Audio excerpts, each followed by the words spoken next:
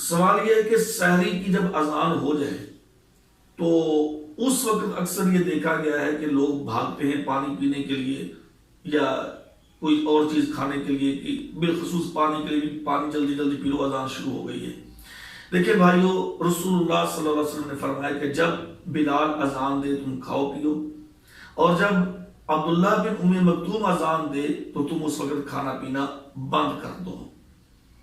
اور دیکھیں بات سیدھی سیدھی ہے، جب سحری کی اذان ہوتی ہے کب ہوتی ہے؟ مثال کے طور پہ آج کا جو روزہ ہے وہ 4:03 پہ بند ہوا ہے، تو کیا اذان پہلے ہوتی ہے 2 منٹ پہ ہوتی ہے، 1 منٹ پہ ہوتی ہے، 4 بجے ہوتی ہے؟ نہیں، 4:03 ہو جاتے ہیں تو اسی وقت ہی اذان شروع ہوتی ہے، مطلب ہے کہ ٹائم ختم ہو گیا ہے۔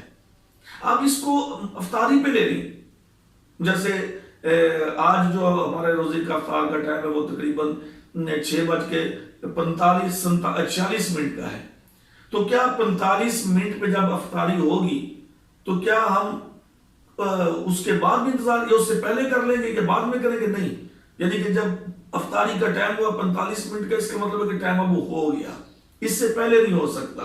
اسی طریقے سے جو سحری کا وقت ہے، جب اذان ہو جائے، اذان اسی وقت ہوتی ہے جب ٹائم ختم ہو جاتا ہے، اور جب ٹائم ختم ہو جاتا ہے تو اس کے بعد پھر کھانا پینا یہ جائز نہیں ہے۔ ہاں، سنن ابو داؤد کی حدیث ہے، نبی صلی اللہ علیہ وسلم نے فرمایا کہ ایک آدمی ہے کہ اس کے ہاتھ میں کھانا پینا ہے اور وہ اذان ہو گئی تو وہ اپنی حاجت کو پورا کر لے۔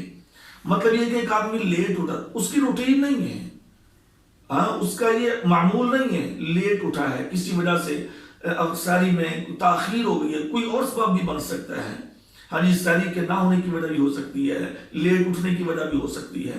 ایسی کیفیت میں، ایسی صورت میں اگر وہ ابھی اٹھا ہے تو اذان شروع ہو گئی تو اس کو چاہیے کہ وہ اپنا اتنا وہ یعنی کہ کھا لے جس کے ساتھ اس کا وہ روزہ جو ہے اس کا نباہ ہو سکتا ہے۔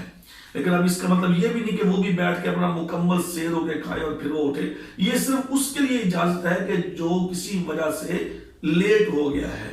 بصورت دیگر آپ سحری کی اذان جو ہی ہو فوراً کھانا پینا بند کر دیں۔